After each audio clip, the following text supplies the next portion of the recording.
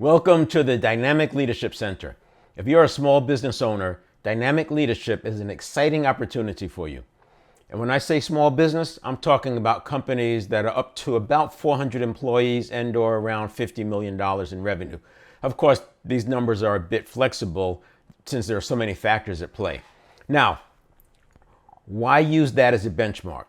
First, at that size, companies are on the verge of rapid scaling. Economies of scale can kick in, and your revenue per employee can more than double.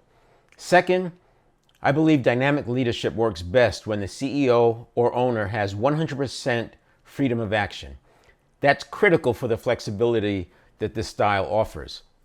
Dynamic leadership is a leadership style that sits on a spectrum, somewhere between servant leadership and command and control. It allows you to adjust your approach based on your needs while always keeping your long-term goals in mind.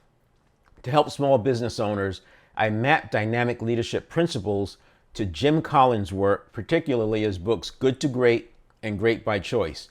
These books offer well-vetted and proven principles that small business leaders can trust and use without second guessing.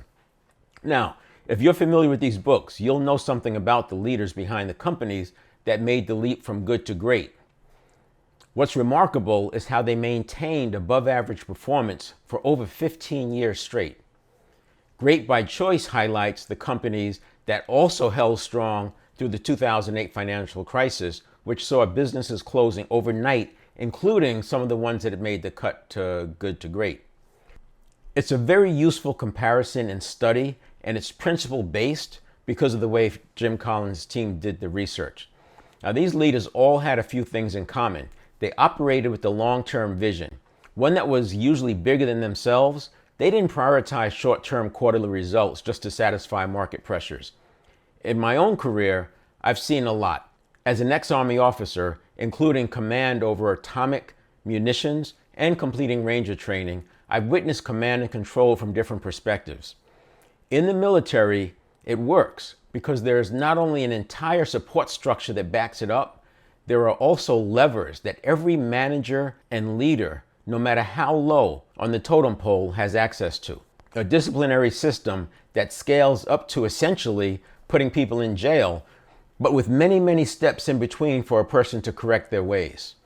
Most civilian leaders don't have anything like that at their disposal.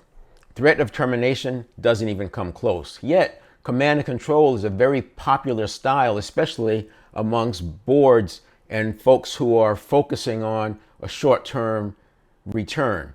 And this is why I like the idea of having the CEO having full freedom of action.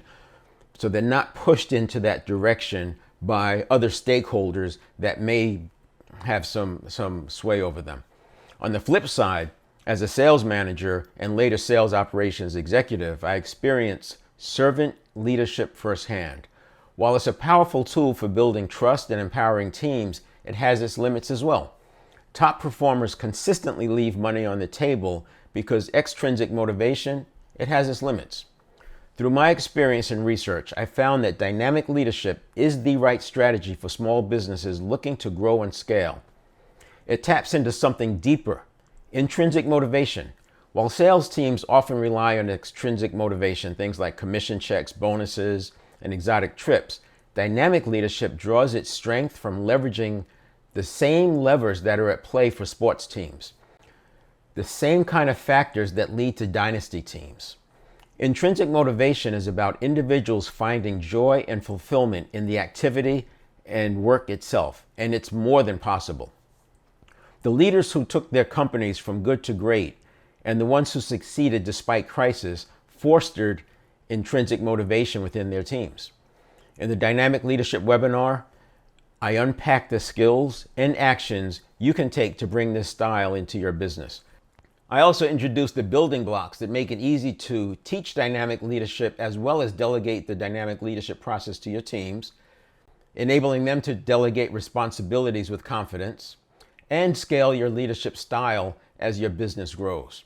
In addition to the webinar, I'm also introducing a workshop curriculum where your leaders can get hands-on experience and start operationalizing dynamic leadership in your organization. You will walk away with the beginning of a playbook that your entire leadership team can start to follow.